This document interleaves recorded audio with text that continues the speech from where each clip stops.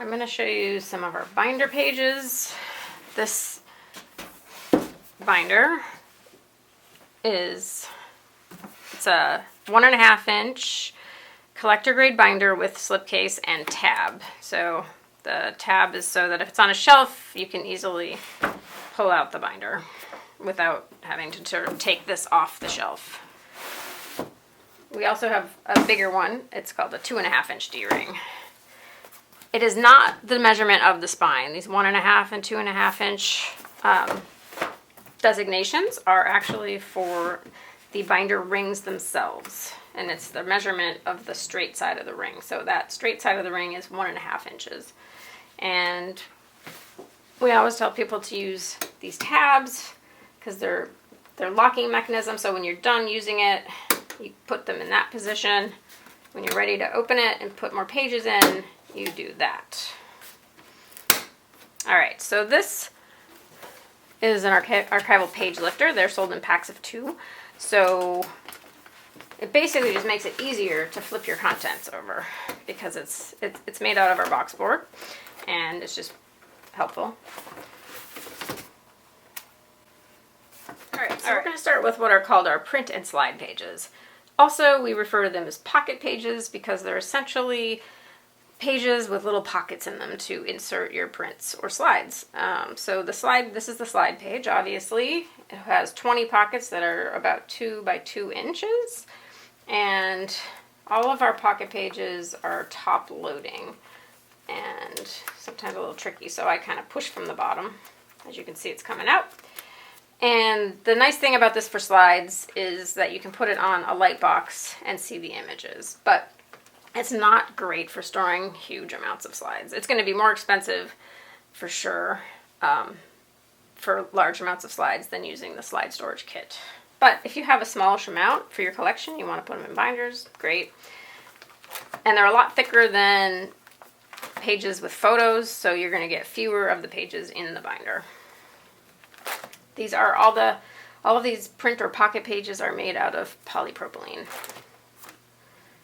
Okay, these are the 9 pocket pages. They're sold generally for people who collect trading cards, but they work really well for a lot of vintage photograph sizes. And the pocket size is 2.5 by 3.5. And you can see we didn't put anything on the other side of these, but you could put an image back to back in these. That's what they're designed for.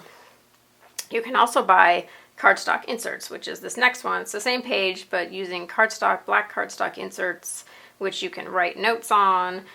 They're great for when the image is smaller than the pocket to give it a backdrop and more security, and also then you could put more images on the other side. And this is the 3.5 by 5 pocket page. There's 4 pockets. This one here again is shown with the white cardstock inserts. We have 2 pages for 4x6 photographs. This one is called the 4x6 caption pocket page. It has 2 pockets to hold your 4x6s and a center pocket to hold a piece of cardstock where you can write notes about the images. So, and it also comes with cardstock inserts for in between the photos too. And these will fit into our narrow binder, which is basically this binder that I'm showing you now, but it's just not quite as long. And this is the other 4x6 page. This one has smaller images mounted onto cardstock inserts. Actually, they're not mounted. You don't usually have to mount them. They can be in there loose, and they usually stay in quite nicely. I use the white Stabilo to write notes on it. I actually prefer using the pen that we have now. It's a white pen. I'm not sure you can see this, but it fits this old vintage Polaroid really well. It's 4 inches wide. And so here is the same pocket page, but with 4x6 prints put in it, back to back, with no inserts. So you don't necessarily need the inserts. And here are 5x7 pages. These also fit into the narrow binder, and because you can see they're not a very wide page. This one has an insert. This one does not. And Here are some reproductions of old photos printed as 5x7s. So those are put in there back to back. And next we get up to the 8x10 page, which we get our pages from different vendors. And so some of them have white along this edge. So the 8x10 does. And I think the A4 size. And here's the same page, the 8x10, but with cardstock insert added, and then using, it looks like we used easy dots to attach the photos sort of as an album layout. And these, if you can see them, we do sell this little, there's a set of 5 tabbed binder pages. So you can use them to divide your binder topics up. And there's also a top pocket that's 8.5 by 11 inches. So you could put notes about the family or however you're organizing in there if you wanted to. And so we'll skip all those. This is the 8.5 by 11. I think we just, so the 8.5 by 11 and the 9 3/8 by 11, which would be this one and this one. You can buy the pages by themselves, or you can buy them with inserts to use, prepackaged with them. This one, I used the little tiny black polypropylene corners, but you really don't need to use the corners. It would have just held in nicely without them. But this one, we use the clear corners. That's the tiniest one we have, which are the 10 millimeter.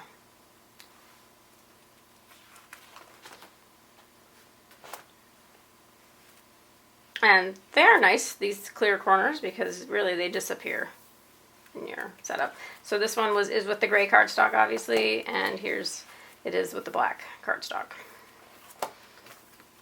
And these are just examples of why you shouldn't store things with other things. So no rubber bands, they rot and they create problems, and paper clips rust and create problems. Here, this one, mold.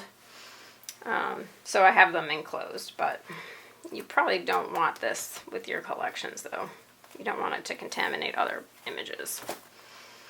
And then we have our 3-ring binder pages, and that means they are simply our cardstock with 3 holes punched into them. If you want a plastic-free version and you want to look like an old-fashioned album, so it's just the paper. Again, the black is the thinnest, but it does look like the most like an authentic old album. And I used the slightly larger 19 millimeter corners on this image. Here it is in gray. Also, I should mention that we have paper corners as well in black or white that are archival paper. And here's the white one. All right, next in our line of binder pages are called page protectors. They are made with polyester, and they come to us from our vendor with a paper insert already in it. It is acid-free, lignin-free, and buffered, but it is a lot thinner than our cardstock. So you can almost sort of see through it a little bit. But some people really like the polyester. And to demonstrate how it works, well, it's on this side, but it's the same as our sleeves. They have this little side lock and over where this is. So you can take the paper out and put your images on and then reinsert it. It is open at the top and bottom. So if you have images that might fall out, then you're going to have to use corners or something to attach them to it. And here we have them, in 2 sizes. So this is the larger. They're both 11 inches high. This one's 10 inches wide, and this one's 9 inches wide, which will hold an 8.5 by 11 piece of paper per image.